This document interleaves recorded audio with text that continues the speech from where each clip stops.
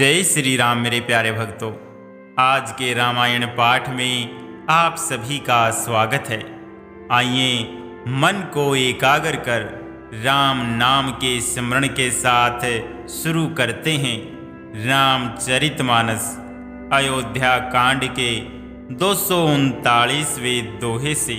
लसत मांजू मुनि मंडली मध्यसिये रघुचंदू ज्ञान सभा जनु तनु धरे भक्ति सचिदानंदो श्री राम जय जय राम सिया राम जय जय राम। सुंदर मुनि मंडलों के बीच में सीता जी और रघुकुल चंद्र श्री रामचंद्र जी ऐसे शोभित हो रहे हैं मानो ज्ञान की सभा में साक्षात भक्ति और सच्चिदानंद शरीर धारण करके विराजमान हैं। छोटे भाई शत्रुघ्न और सखा निषाद राज समेत भरत जी का मन मग्न हो रहा है। हर्ष शोक सुख दुख आदि सब भूल गए। हे नाथ रक्षा कीजिए, हे गोसाई रक्षा कीजिए, ऐसा कहकर वे पृथ्वी पर दंड की तरह गिर पड़े। प्रेम भरे वचनों से लक्ष्मण जी ने पहचान लिया और मन में जान लिया कि भरत जी प्रणाम कर रहे हैं। वे श्री राम जी की ओर मुंह किए खड़े थे। भरत जी पीठ पीछे थे, इससे उन्होंने देखा नहीं। अब इस ओर तो भाई भरत जी का सरस प्रेम और उधर स्वामी श्री रामचंद्र जी की सेवा की प्रबल परवशता। न तो क्षण भर के लिए भी सेवा से पृथक होकर मिलते ही बनता है और न प्रेमवश छोड़ते उपेक्षा करते ही। कोई श्रेष्ठ कवि ही लक्ष्मण जी के चित्त की इस गति दुविधा का वर्णन कर सकता है। वे सेवा पर भार रखकर रह गए, सेवा को ही विशेष महत्वपूर्ण समझकर उसी में लगे रहे, मानो चढ़ी हुई पतंग को खिलाड़ी खींच रहा हो। लक्ष्मण जी ने प्रेम सहित पृथ्वी पर मस्तक नवाकर कहा, हे रघुनाथ जी, भरत जी प्रणाम कर रहे हैं। यह सुनते ही श्री रघुनाथ जी प्रेम में अधीर होकर उठे। कहीं वस्त्र गिरा, कहीं तरकस, कहीं धनुष और कहीं बाण बरबस लिए उठाई और लाए कृपा निधान। भरत राम की मिलनी लखी बिसरे सब ही अपान। सिया राम जय जय राम श्री राम जय जय राम। कृपा निधान श्री रामचंद्र जी ने उनको जबरदस्ती उठाकर हृदय से लगा लिया। भरत जी और श्री राम जी के मिलने की रीति को देखकर सबको अपनी सुध भूल गई। मिलने की प्रीति कैसे बखानी जाए, वह तो कवि कुल के लिए कर्म मन वाणी तीनों से अगम है। दोनों भाई भरत जी और श्री राम जी मन बुद्धि चित्त और अहंकार को भुलाकर परम प्रेम से पूर्ण हो रहे हैं। कहिए उस श्रेष्ठ प्रेम को कौन प्रकट करे? कवि की बुद्धि किसकी छाया का अनुसरण करे? कवि को तो अक्षर और अर्थ का ही सच्चा बल है, नट ताल की गति के अनुसार ही नाचता है। भरत जी और श्री रघुनाथ जी का प्रेम अगम्य है, जहाँ ब्रह्मा विष्णु और महादेव का भी मन नहीं जा सकता। उस प्रेम को मैं कुबुद्धि किस प्रकार कहूँ? भला गांडर की तात से भी कहीं सुंदर राग बज सकता है। तालाबों और झीलों में एक तरह की घास होती है, उसे गाडर कहते हैं। भरत जी और श्री रामचंद्र जी के मिलने का ढंग देखकर देवता भयभीत हो गए। उनकी धुक धुक की धड़कने लगी। देवगुरु बृहस्पति जी ने समझाया, तब कहीं वे मूर्ख चेते और फूल बरसाकर प्रशंसा करने लगे। मिली सपेम रिपु सुंदर नहीं, केवटु भेटे राम, बूरी भाय भेटे भरत, लक्ष्मण करत प्रणाम। सिया राम जय जय राम, मेरे राम जय जय राम। फिर श्री राम जी प्रेम के साथ शत्रुघ्न से मिलकर तब केवट निषाद राज से मिले। प्रणाम करते हुए लक्ष्मण जी से भरत जी बड़े ही प्रेम से मिले। तब लक्ष्मण जी ललकर बड़ी उमंग के साथ छोटे भाई शत्रुघ्न से मिले। फिर उन्होंने निषाद राज को हृदय से लगा लिया। फिर भरत शत्रुघ्न दोनों भाइयों ने उपस्थित मुनियों को प्रणाम किया और इच्छित आशीर्वाद पाकर वे आनंदित हुए। छोटे भाई शत्रुघ्न सहित भरत जी प्रेम में उमंग कर सीता जी के चरण कमलों की रज सिर पर धारण कर बार बार प्रणाम करने लगे।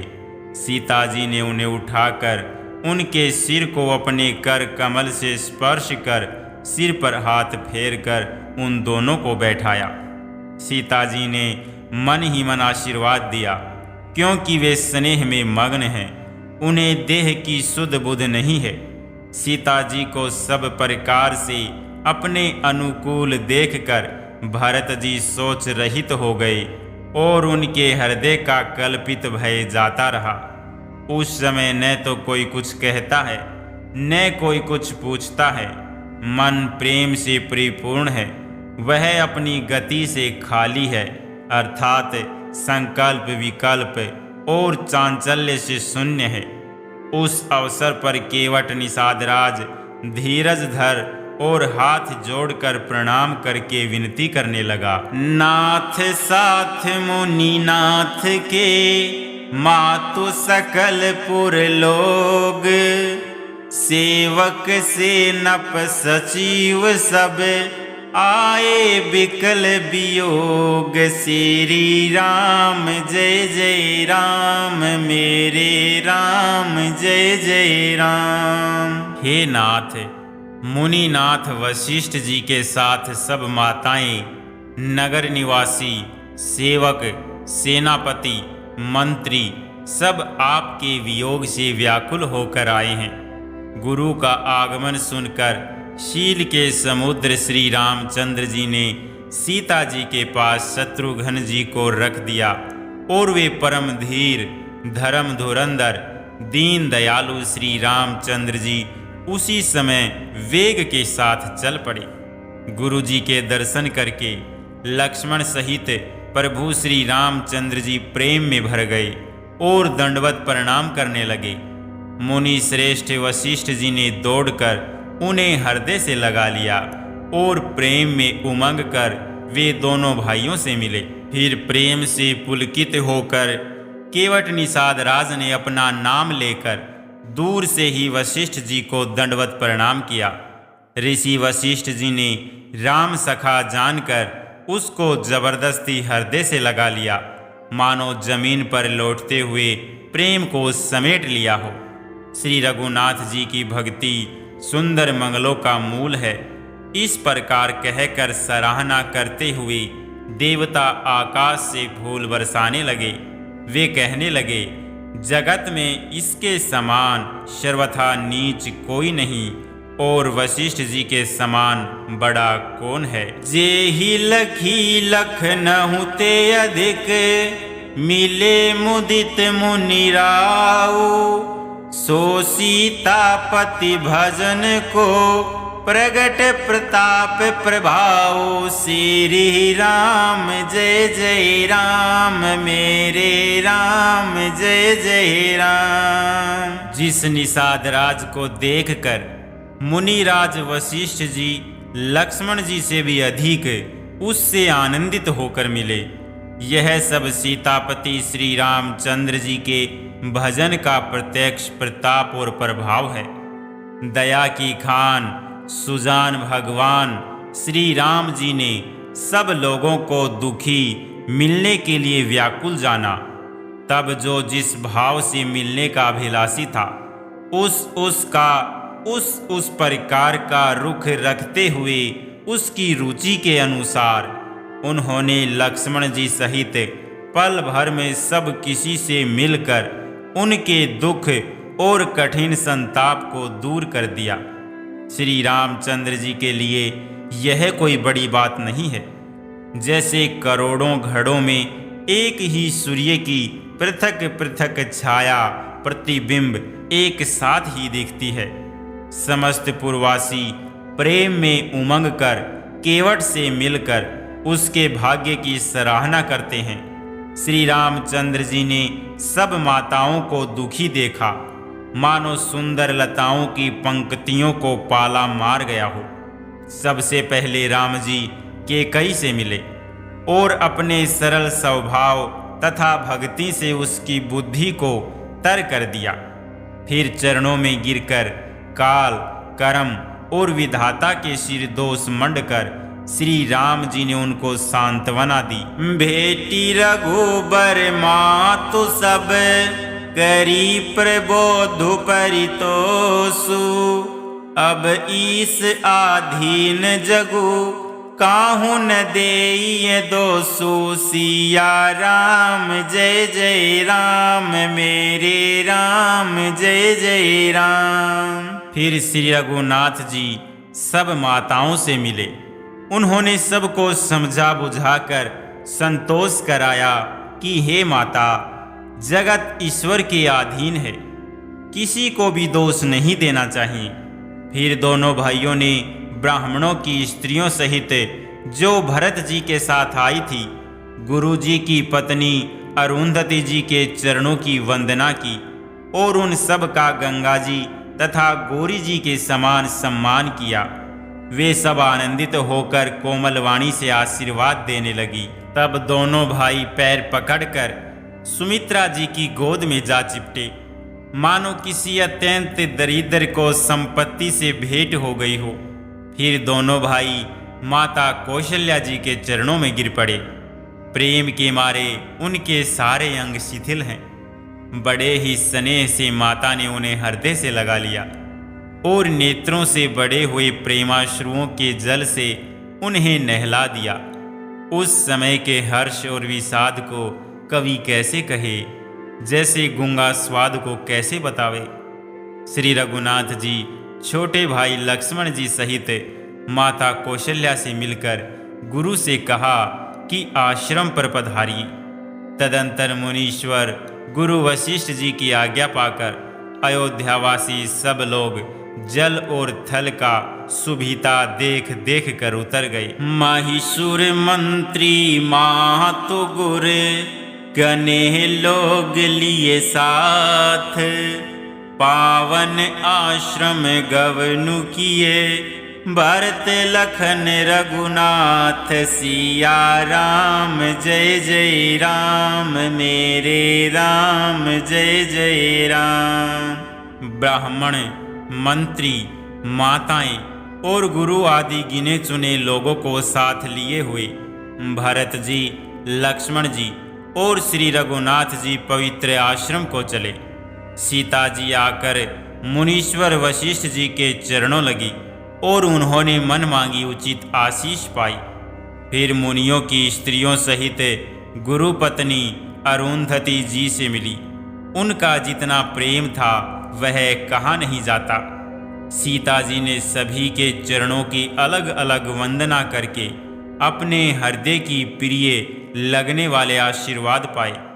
जब सुकुमारी सीता जी ने सब सासुओं को देखा, तब उन्होंने सहम कर अपनी आंखें बंद कर ली। सासुओं की बुरी दशा देखकर उन्हें ऐसा प्रतीत हुआ मानो राजहंसिनियां बाधिक के वश में पड़ गई हों। मन में सोचने लगी कि कुचाली विधाता ने क्या कर डाला। उन्होंने भी सीता जी को देखकर बड़ा दुख पाया। सोचा जो कुछ देव सहावे वह सब सहना ही पड़ता है। तब जानकी जी हृदय में धीरज धरकर नील कमल के समान नेत्रों में जल भरकर सब सासुओं से जाकर मिली। उस समय पृथ्वी पर करुणा छा गई। लागी लागी पग सब निसिए भेटति अति अनुराग। हृदय आशीष ही प्रेम बस रहियउ भरि सोहाग। सिया राम जय जय राम, मेरे राम जय जय राम। सीता जी सबके पैरों लग लग कर अत्यंत प्रेम से मिल रही है और सब सासुएं स्नेहवश हृदय से आशीर्वाद दे रही हैं कि तुम सुहाग से भरी रहो, अर्थात सदा सौभाग्यवती रहो।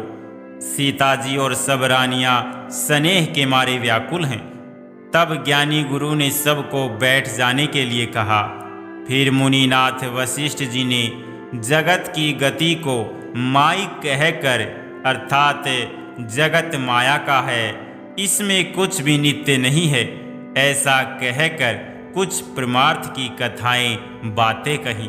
तदंतर वशिष्ठ जी ने राजा दशरथ जी के स्वर्ग गमन की बात सुनाई, जिसे सुनकर रघुनाथ जी ने बड़ा दुख पाया और अपने प्रति उनके स्नेह को उनके मरने का कारण विचार कर धीर धुरंधर श्री रामचंद्र जी अत्यंत व्याकुल हो गए। वज्र के समान कठोर कड़वी वाणी सुनकर लक्ष्मण जी, सीता जी और सब रानियां विलाप करने लगी। सारा समाज शोक से अत्यंत व्याकुल हो गया, मानो राजा आज ही मरे हों। फिर मुनि श्रेष्ठ वशिष्ठ जी ने श्री राम जी को समझाया। तब उन्होंने समाज सहित श्रेष्ठ नदी मंदाकिनी में स्नान किया। उस दिन प्रभु श्री रामचंद्र जी ने निर्जल व्रत किया। मुनि वशिष्ठ जी के कहने पर भी किसी ने जल ग्रहण नहीं किया।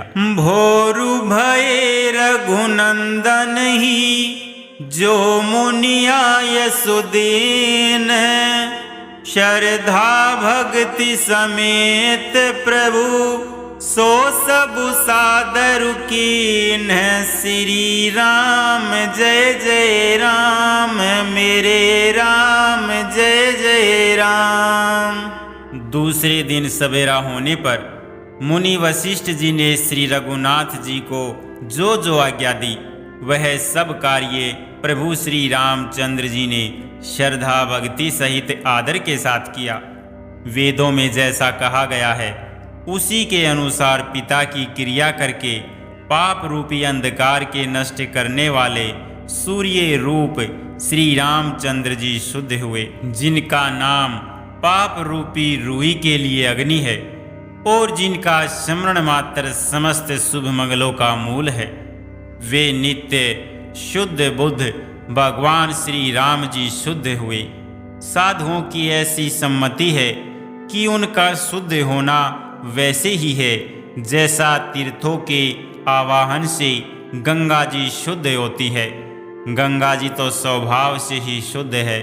उनमें जिन तीर्थों का आवाहन किया जाता है उल्टे वे ही गंगा जी के संपर्क में आने से शुद्ध हो जाते हैं। इसी प्रकार सच्चिदानंद स्वरूप श्री राम जी तो नित्य शुद्ध हैं। उनके संसर्ग से कर्म ही शुद्ध हो गए। जब शुद्ध हुए 2 दिन बीत गए तब श्री रामचंद्र जी प्रीति के साथ गुरु से बोले, हे नाथ, सब लोग यहाँ अत्यंत दुखी हो रहे हैं। कंद मूल फल और जल का ही आहार करते हैं। भाई शत्रुघ्न सहित भरत को, मंत्रियों को और सब माताओं को देखकर मुझे एक एक पल युग के समान बीत रहा है। अतः सबके साथ आप अयोध्यापुरी को पधारिए, लौट जाइए। आप यहाँ हैं और राजा अमरावती स्वर्ग में हैं। अयोध्या सूनी है। मैंने बहुत कह डाला, यह सब बड़ी डिढ़ाई को है। हे गोसाई, जैसा उचित हो वैसा ही कीजिए। धर्म से तु करुणायतन कस न कहूँ असराम। लोग दुखित दिन दुई दरस देखी लहु विश्राम सिया राम जय जय राम मेरे राम जय जय राम। वशिष्ठ जी ने कहा, हे राम, तुम धर्म के सेतु और दया के धाम हो, तुम भला ऐसा क्यों न कहो, लोग दुखी हैं। 2 दिन तुम्हारा दर्शन कर शांति लाभ कर लें। श्री राम जी के वचन सुनकर सारा समाज भयभीत हो गया, मानो बीच समुद्र में जहाज डगमगा गया हो। परंतु जब उन्होंने गुरु वशिष्ठ जी के श्रेष्ठ कल्याण मूलक वाणी सुनी तो उस जहाज के लिए मानो हवा अनुकूल हो गई। सब लोग पवित्र पैश्वनी नदी में अथवा पैश्विनी नदी के पवित्र जल में तीनों समय सवेरे, दोपहर और सायंकाल स्नान करते हैं, जिनके दर्शन से ही पापों के समूह नष्ट हो जाते हैं और मंगल मूर्ति श्री रामचंद्र जी को दंडवत प्रणाम कर करके उन्हें नेत्र भर भर कर देखते हैं। सब श्री राम जी के पर्वत, कामदगिरी और वन को देखने जाते हैं, जहाँ सभी सुख है और सभी दुखों का अभाव है। झरने अमृत के समान जल भरते हैं और 3 प्रकार की शीतल, मंद, सुगंध हवा तीनों प्रकार के आध्यात्मिक, अधिभौतिक, आधिदैविक तापों को हर लेती है। असंख्य जाति के वृक्ष, लताएं और तृण हैं तथा बहुत तरह से फल, फूल और पत्ते हैं। सुंदर शिलाएं हैं, वृक्षों की छाया सुख देने वाली है। वन की शोभा किससे वर्णन की जा सकती है। सरनी सरोरुह जले बिहगे, कूंजत गुंजत भृंग, बैर बिगत बिहरत बिपिन, मृग बिहंग बहुरंग, सिया राम जय जय राम मेरे राम जय जय राम। तालाबों में कमल खिल रहे हैं, जल के पक्षी कूज रहे हैं, भौरे गुंजार कर रहे हैं और बहुत रंगों के पक्षी और पशु वन में वैर रहित होकर विहार कर रहे हैं। कोल, कीरात और भील आदि वन के रहने वाले लोग पवित्र, सुंदर एवं अमृत के समान स्वादिष्ट मधु को सुंदर दोने बनाकर और उनमें भर भर कर तथा कंद, मूल, फल और अंकुर आदि की जूड़ियों को सबको विनय और प्रणाम करके उन चीज़ों के अलग अलग स्वाद, भेद, प्रकार, गुण और नाम बता बता कर देते हैं। लोग उनका बहुत दाम देते हैं पर वे नहीं लेते और लौटा देने में श्री राम जी की दुहाई देते हैं। प्रेम में मग्न हुए वे कोमल वाणी से कहते हैं कि साधु लोग प्रेम को पहचान कर उसका सम्मान करते हैं, अर्थात आप साधु हैं, आप हमारे प्रेम को देखिए, दाम देकर या वस्तुएं लौटा कर हमारे प्रेम का तिरस्कार न कीजिए। आप तो पुण्यात्मा हैं, हम नीच निषाद हैं। श्री राम जी की कृपा से ही हमने आप लोगों के दर्शन पाए हैं। हम लोगों को आपके दर्शन बड़े ही दुर्लभ हैं। जैसे मरुभूमि के लिए गंगा जी की धारा दुर्लभ है, देखिए कृपालु श्री रामचंद्र जी ने निषाद पर कैसी कृपा की है। जैसे राजा हैं वैसा ही उनके परिवार और प्रजा को भी होना चाहिए। यह जिए जानी संकोचुत जी, करिए छोहु लखिने हो, हम ही कृपारथ करने लगी, फल तृण अंकुर ले हो, सिया राम जय जय राम मेरे राम जय जय राम। हृदय में ऐसा जानकर, संकोच छोड़कर और हमारा प्रेम देखकर कृपा कीजिए और हमको कृतार्थ करने के लिए ही फल, तृण और अंकुर लीजिए। आप प्रिय पाहुने वन में पधारे हैं, आपकी सेवा करने के योग्य हमारे भाग्य नहीं हैं। हे स्वामी, हम आपको क्या देंगे? भीलों की मित्रता तो बस ईंधन और पत्तों ही तक है। हमारी तो यही बड़ी भारी सेवा है कि हम आपके कपड़े और बर्तन नहीं चुरा लेते। हम लोग जड़ जीव हैं, जीवों की हिंसा करने वाले हैं, कुटिल, कुचाली, कुबुद्धि और कुजाति हैं। हमारे दिन रात पाप करते ही बीतते हैं, तो भी न तो हमारी कमर में कपड़ा है और न पेट ही भरते हैं। हम में सौपन में भी कभी धर्म बुद्धि कैसी।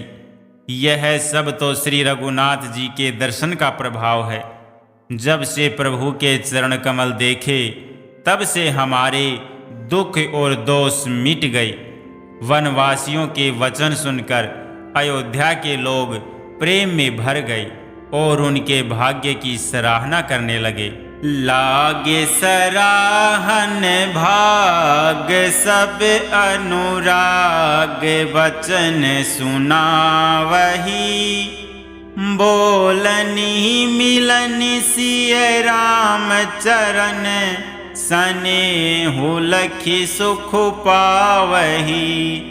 नर नारी निद रही नेहु निज सुनी, कोल भीलनी की गिरा।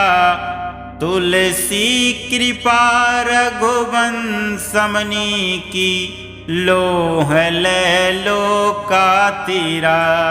सब उनके भाग्य की सराहना करने लगे और प्रेम के वचन सुनाने लगे।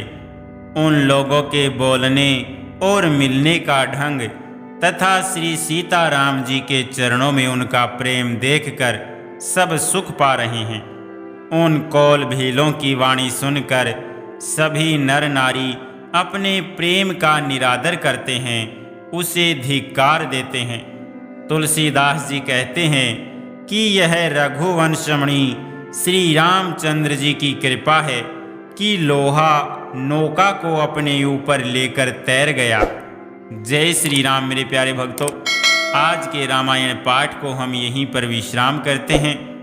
मिलते हैं कल के रामायण पाठ में। तब तक के लिए आप सभी को जय जय श्री